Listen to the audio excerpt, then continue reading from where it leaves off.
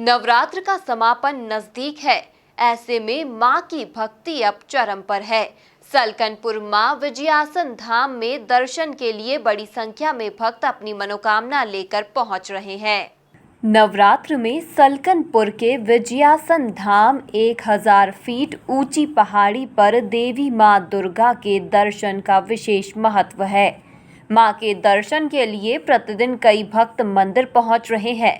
इस दौरान मां विजयासन देवी का विशेष श्रृंगार किया गया। धाम पे आप पधारे हैं। प्रतिवर्ष जो परंपरा थी, यहाँ घट स्थापना होती है और अतिरिक्त ज्योत स्थापना होती है और इस तरह मंदिर का जो ब्राह्मण वर्ग है, हमारा पुजारी हैं, सभी उस पूजन अर्चना को प्रारंभ करते हुए प्रतिपदा से नौवीं पर्यंत तक ये अनुष्ठान चलता है। प्रतिपदा को घट कलश स्थापना होती, पंचमी को फलेरा की पूजन होती है, अष्टमी रात्रि में निशा पूजन होती है।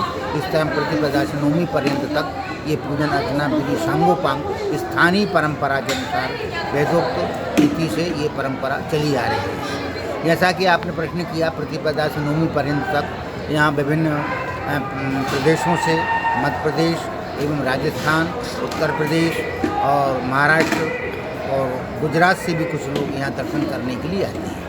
अभी विगत कुछ वर्षों से यहाँ पदयात्रियों की संख्या विशेष हो गई है। माता बहनें हाथ में कलश और ध्वज नारियल लेकर के मंदिर तक यहाँ आकर के माता के श्री चरणों में श्रद्धा भक्ति से पुष्प समर्पित कर अपनी मनोकामना, अपने जीवन को धन्य करते हैं।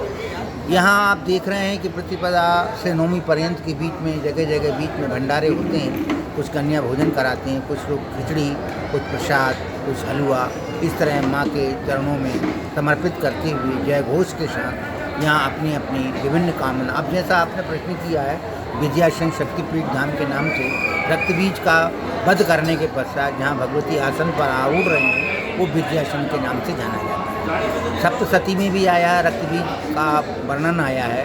और भी ये विजयासन शब्द जो है, पापापहारिणी देवी भुक्ति मुक्ति प्रदायिनी अनंताम विजयाम शुद्धाम शरण्याम श्रीराम शिवा।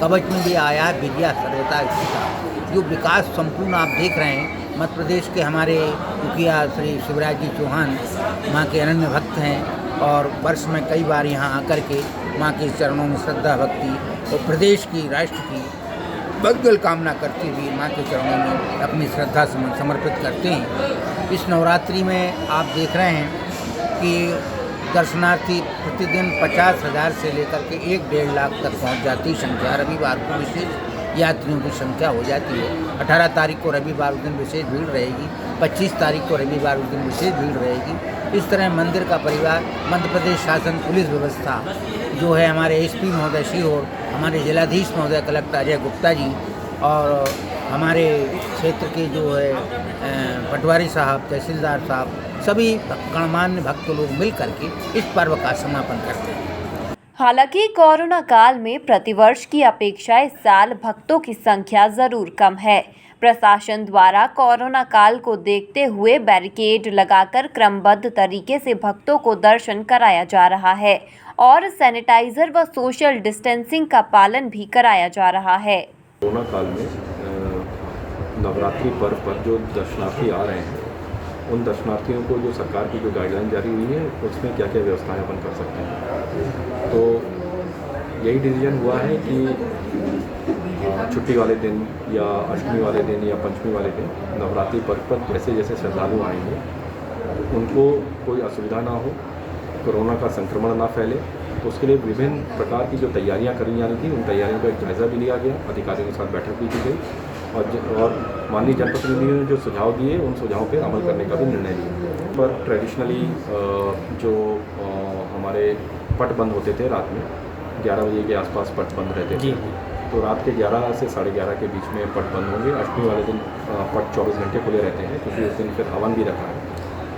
नॉर्मल सुबह पट जो है 3 से 4 बजे के बीच में खुलेंगे। श्रद्धालुओं के लिए जो माई के दर्शन हैं, वो सुबह 4 बजे से लेकर अमूमन सभी दिनों में रात के 11 बजे तक, 11 साढ़े 11 बजे तक हो सकती है। नवरात्रि को लेकर हम पिछले 7 दिन से यहाँ सक्रिय हैं। हमने सारे वो पॉइंट देखे जहाँ भीड़ हो सकती है, जहाँ पर भीड़ आपस में मिल सकती है और जहाँ पर हमें विशेष ध्यान देना है। इसके अलावा हमने पुलिस मुख्यालय स्तर पर अतिरिक्त बल मांगा था, बल हमें पूरा प्राप्त हो चुका है जी आज की तारीख में। हमने 410 यहाँ पर आदमी लगाए हैं अधिकारी सहित, जी और इसमें QRF, STF और जिला भर है। हाँ, हमारे CCTV सिस्टम बिल्कुल अपडेट है। हमारा जो ट्रैफिक के पॉइंट होते हैं, जो पार्किंग होती है, वो सारी जगह बल डिप्यूट कर दिया, नामजद बल लगाए, 3 शिफ्टों में बल लगाए, जी 3 शिफ्टों में काम करेंगे। नसरुल्लागंज से प्रारंभ होके ये विजयासन धाम सलकनपुर की ओर जा रही है। ये 101 मीटर की चुनरी यात्रा है। ये चौथा वर्ष है। पिछले वर्ष 1100 मीटर की चुनरी यात्रा निकल रही थी 3 वर्ष से, पर कोरोना काल के चलते हुए इस बार चुनरी का जो साइज है छोटा कर दिया गया है। 101 मीटर की निकाल रहे हैं इस बार, ताकि पब्लिक कम हो। नहीं, वैसे दिक्कत तो फिर प्रशासन ने इससे सब अनुमति वगैरह ले ली थी और ऐसी कोई दिक्कत आ नहीं रही है। सब व्यवस्थित काम चल रहा है माता रानी की कृपा से। माननीय मुख्यमंत्री जी के द्वारा ये निर्देश मिला है कि मध्य प्रदेश के सारे मंदिर खोल दिया जाए। तो इससे सारे व्यापारी खुश हैं और बहुत खुश हैं, और प्रशासन की भी यहाँ अच्छी व्यवस्था है। उनको बहुत बहुत धन्यवाद। मां विजयासन देवी के दर्शन के लिए भक्तों को 1400 सीढ़ियों का रास्ता पार करना पड़ता है।